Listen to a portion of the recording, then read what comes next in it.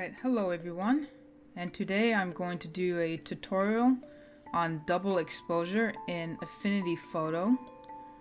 If you don't know how to do double exposure or you're unsure what it is, first off, double exposure, you're usually taking two images, or you can have multiple, and you're overlapping them. And I can show you some examples of my own double exposure art. If you've never, the most important thing that you need to know is you need to know how to do masking, because really double exposure is just masking. So if you don't know how to do masking, still watch the video, because I'm going to do a step-by-step tutorial on how to make this double exposure, or what I think of it as really just a very just a detailed way to do masking. So let's get started. We have Affinity Photo opened right here. I'm working on a drawing monitor, but you can use a mouse. That's perfectly fine too. So if you see me leaning in and a little thing waving around, it's because I'm on my drawing monitor. And when you open Affinity Photo, go to Stock, and I'm going to be having the caps on so you can clearly see what I'm typing in. Just look for any kind of portrait. Doesn't really matter. Just find one that appeals to you or that you might like. This one here, she looks pretty good.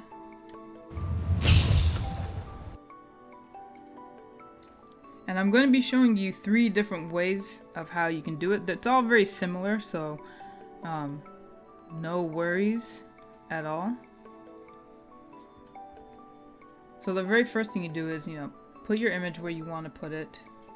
Go to Layers and right click and go ahead and rasterize and trim, just because if you don't get rid of the extra image that's outside of the borders, it might cause some issues later.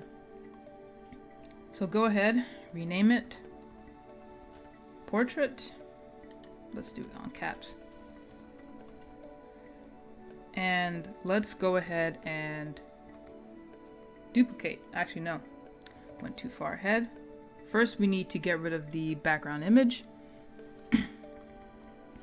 So I like to use it's called Selection Brush Tool. You can either type W. Also, I have it should also be capturing my keystrokes. So look in the middle for keystrokes.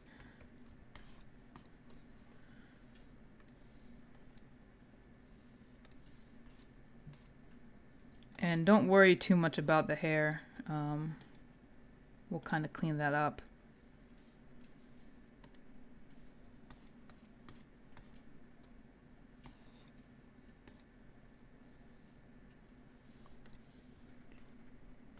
Okay, so once you have a decent selection, maybe I'll go in right here because I know that's not going to be there. I'll just take the lasso tool and I just quickly kind of get rid of it. Then we'll go to Refine. Now the settings that I like to use for Refine selection, I like to use Smooth, not -1, Smooth 1.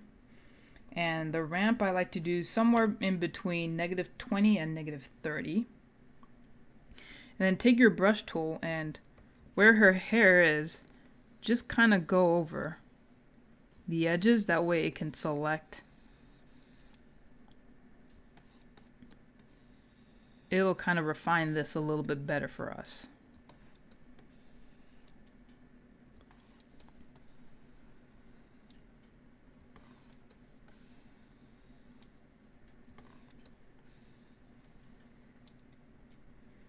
Okay, once you've done that, go ahead and on Output, move it to the center, New Layer with Mask. Hit Apply. And before we move on, let's go ahead and just give it a background color.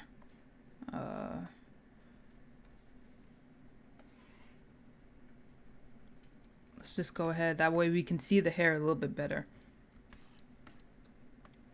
Let's go back to our Again, let's rename her. Portrait. And for the mask, let's just clean up the hair a little bit. So make sure you're on black, brush, and let's quickly just touch up the hair. Because if you don't have a good mask, you'll run into some problems later, and you'll be going back and forward.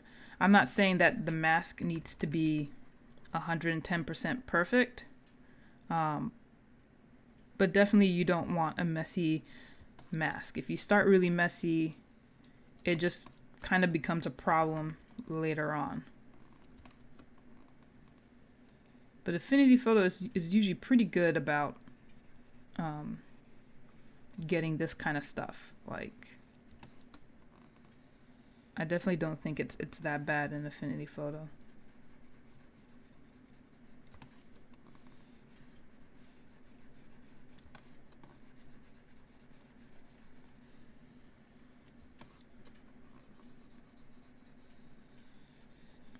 Okay, almost there. Yeah, like stuff like this you can just clean up.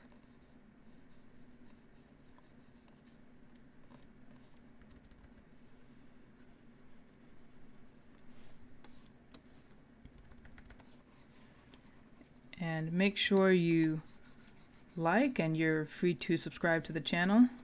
Leave a comment if you are interested in other tutorials that I can make.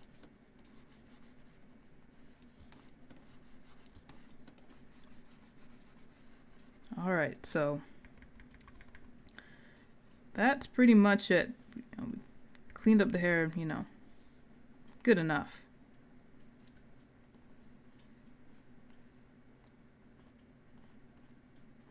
I think that took maybe about an extra minute to do. Yeah, unfortunately her what was it? How did it look before? Yeah, she's quite cut off, so maybe what we'll do is we'll move her over with the mask. And since we're talking about masking, I might as well show you right up here where you have lock children. The way that you can look at it is that the image is the parent and the mask is the child. So if you hit lock children and then try to move it, you move the picture, but not the mask. So the child stays locked, which is the mask, and then the parent gets to move around freely. That might be useful for you later on, so just showing you that. But keep it unlocked. That way you can move both parent and child around. So I'll just put her here since her shoulder was cut off like that. So now that we have a pretty good mask, we have it labeled. Now me personally, some people like to rasterize a lot. I don't. I like to keep all of my mask. I don't really like to use the erase button. It's up to you, but you can duplicate, and you are free to you can rasterize this, or you can just leave it the way it is. I'm going to show you the way I work though. And let's rename it to Lighten. The reason why we're going to use Lighten is because some of these options kind of mess with her skin too much. Not darken. You'd have to, that stays fine, but all the other ones will kind of mess with it, except for Lighten. Lighten, it'll stay the way it is. So let's select Lighten, and I renamed it up here. And now we can go ahead and look for, and we'll do one more thing. We will take our mask, we will duplicate it, and we'll put it underneath the background image. Okay, so we'll do it a portrait mask. Alright, now let's look for an image to do the double exposure. type in something like landscape. You can really use anything. It doesn't matter. I've seen a lot of these images a lot. I know another popular thing people like are, it's like some clouds in the background. This one looks interesting. Let's go for this. Okay, so we have our landscape. And it's at the top. If you want to see, where you want to put it, just drop the opacity to 50 and just move it around. See where you kind of like it. This is surprisingly a pretty small photo. But I think I want it mostly touching, her hair and maybe some of it in the skin. So next, once you know where you want it, bring it back to 100 and drop the layer down. You can either click and drag it, or you can hold Control and one of the brackets, and it'll drop it down. And this looks pretty cool. You can see some of the people and the clouds. It's not that bad. So let's rename this to landscape, and we're going to go ahead and duplicate it because we still want the original. And I'm going to put the original behind, and I'm going to turn it off for now. For now, it's just turned off. And then what we're going to do is we're going to take the portrait mask. We're going to duplicate it because I'm going to need it a few times for this tutorial. And you're going to drag it, and with Affinity Photo, depending on where you drag these things, it has different effects. So make sure you kind of drag it here, and then you can see where it's going to mask. Or you could, if it looks like that, then you've kind of got it. So now it's a mask, and we moved her, so that's why we're seeing this area right here. Before we just moved her, so that's why we're kind of seeing all of this with the mask. But it doesn't matter. Take your brush tool, color, and make sure it's black. The flow is at 100, so it's going to go away easily. Okay, so right here already, this is technically double exposure. I'm going to show you 2 other ways to do this, and plus a little bit of editing. This is my least favorite way to work, and I'll show you why. So we have the landscape, and what we're going to do is, then you just decide what you want to take away. So we're still going to work in black. We have our brush. You can go to the brushes, pick like a really big brush, make it bigger by hitting the bracket, and just start taking away wherever you feel like it should be taken away. Just take something away. Now, the reason why I don't like this particular method of just having the landscape and having a mask there is because if you want to add, let's say you made a mistake, let's say you realize, oh, I want more up top. Okay, make sure it's white. If you go back in, you draw back in everything else that was part of that image. It's not terrible. The problem is that, then you'll spend the whole night going back and forth between black and white and taking things away. You'll just be constantly doing this back and forward, back and forward, back and forward kind of a thing. So how do you prevent this? How do you prevent from going past her hair? Well, that's the other method then I'll show you. So we'll call this landscape mask. We'll duplicate it, turn off the old one, okay, and just for arguments, just to clean it up so it doesn't get confusing, because it does get confusing with all the different layers. go ahead, take that portrait mask that you have on it and delete it. That way the whole image shows. Take the copy that we have, duplicate, drag it, and let's also, before we move on, like I said, I moved her so we're constantly seeing make sure it's flow 100. You probably won't have that issue if you don't move it, but I moved it so I have that issue now. So take that mask, and now we're going to rasterize and trim. So it will trim everything, past these borders. So rasterize and trim, and now you have it. There's your, there's your double exposure again. You can do one or two things. You can either take the erase brush and erase where you don't want things. I don't like doing it because once you erase, you can't go back without hitting Control Z or without doing like something like the history tool brush, and that's just a little bit too much. So let's rename it Landscape Rasterize. What I like to do is add a mask. Make sure you're on black, and that's when you can go ahead and take away what you don't want.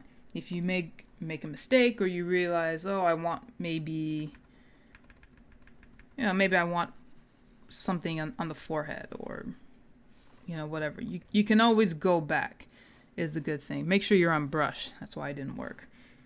So here, probably have to go, because I used the brush tool. So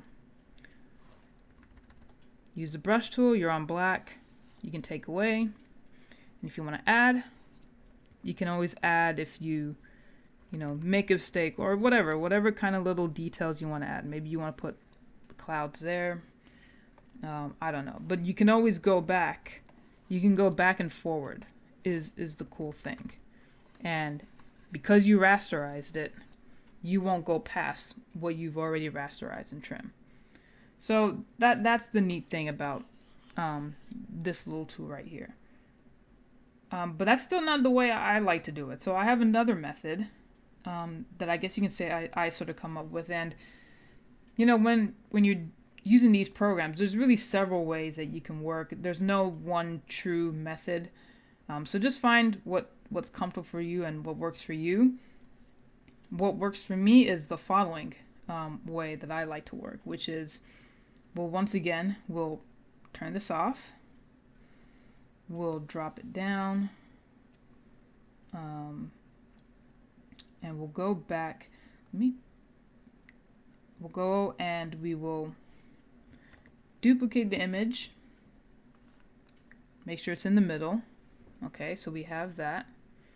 And then hit Control G to make a group. And let's name the group Landscape Group. So this is sort of the group method. Take your mask, and instead of doing what we did before, which is kicking it out like that, instead of masking the image, just put it inside the group and put it up top. Because I don't know if you can do this with Photoshop or not, but that was something interesting that I saw with Affinity Photo that I just recently discovered, is that I can just go ahead and have this at the top, and it doesn't matter where it's at. If I were to take this mask and put it all the way at the top, it masks everything. Everything gets masked, which is good because I can see that, and I will probably make that my go-to mask. Let's delete that. So as long as you have it on top of whatever, it masks everything below. So if I only wanted to mask maybe once I bring it all the way down there, then you don't see it. But I want to put it inside the group at the very top, okay? And the reason why I kind of like this method is because, let's say it's sort of like that parent-child thing that I told you about earlier. one, I can move it, which is fine. That's not a problem. But another reason why I like it is because let's say I realize that I don't particularly like that image. Let's say I found this one. Go ahead. I can just go ahead, put that in the group right below, turn off the old one that we have, and now I've got a new image in there that I can work with. And that's just kind of the reason why. It's just the way I prefer to work. It's not to say that you can't do that with a mask, right? Because like I said, we duplicate it. I could just, I could just have another image and, put it in and, attach the mask, and it's not a big deal. But it's just the way I prefer working. You certainly don't have to do that, but it's just a preference for me. So, we have our image, and then what you do to erase it, to get rid of some of the image that you don't want, you can go ahead and what you do is put a mask to this one, because like I said, I don't like using the erase tool. Work on black, B for brush, and drop down the flow. If you don't know what flow is, I can explain that in a different tutorial.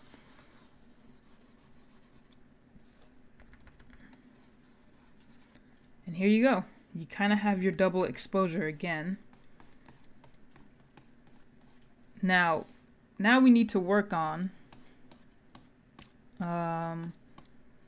getting that as the background. So how do you get it as the background?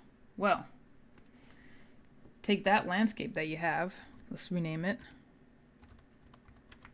Landscape. Duplicate it, which is Control J. And take it outside of the group and underneath her. Okay? Take it outside and underneath. Rename it Landscape Background. Okay, because it's going to be our background. And delete that mask that you had. Right? Because it came from the previous image, we duplicated it. It duplicates everything. So you have the landscape group. So you have this one, which is in her hair, and I can show you. If you hit Control and you hit whatever it is in your layers, oh, maybe it's not Control, delete. I think it's Alt. There you go. It's Alt. If you hit Alt and hit your layers, you can see, just that layer that you're working on. So this is our landscape that's inside the group, and we want to work with the background. And we're going to try and get these clouds in here and everything. So what you're going to do next is hold down the Alt key. We're going to hold down the Alt, and right here, mask layer. This will give you a black mask. So basically how we normally make if you were just to click mask, it gives you a white one, and then you got to get your black brush to erase what you don't want. Well, this one automatically erases it. We're going to use white. Then we're going to bring back what we want. So I want those clouds. Too bad it ends right there, because that's something that I would have wanted.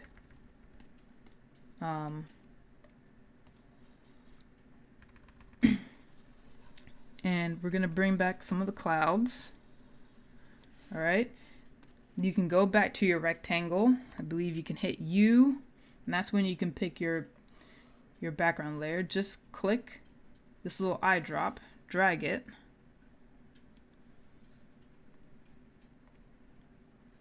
and there you go. You got a background layer. So now let's go back to our landscape background on our mask, brush.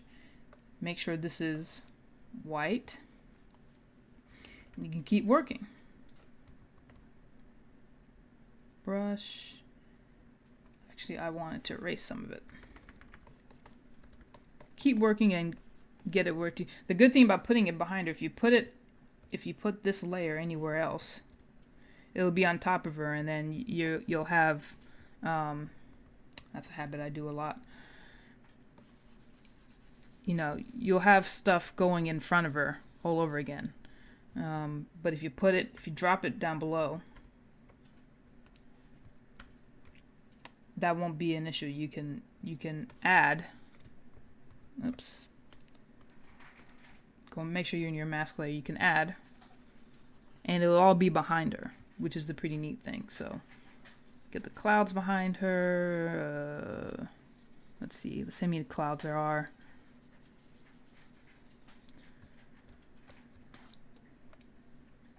And then just determine what you want to keep and what you don't want in there.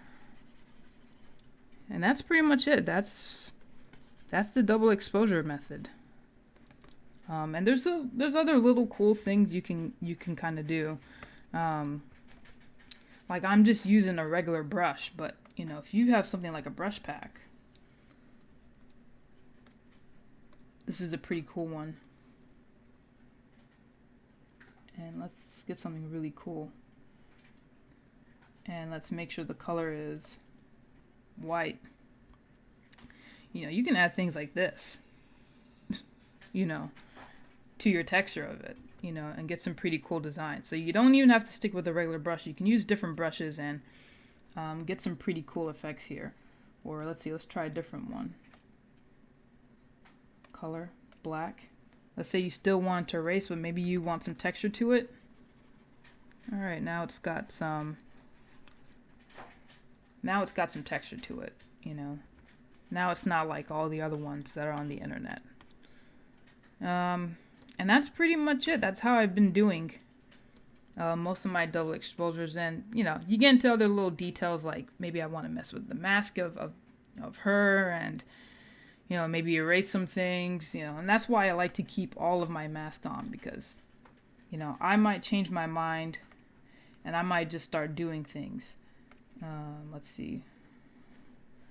This is the original portrait mask, so, you know, I might go in here and be like, oh, maybe I don't want this, or, you know, something. You know, I'll do something and I'd be like, oh, I can. You know, you can do stuff like that, you know, if it fancies you. So that's kind of the reason why I keep all of these, you know, masks on here, is because knowing me, and let's drop the flow.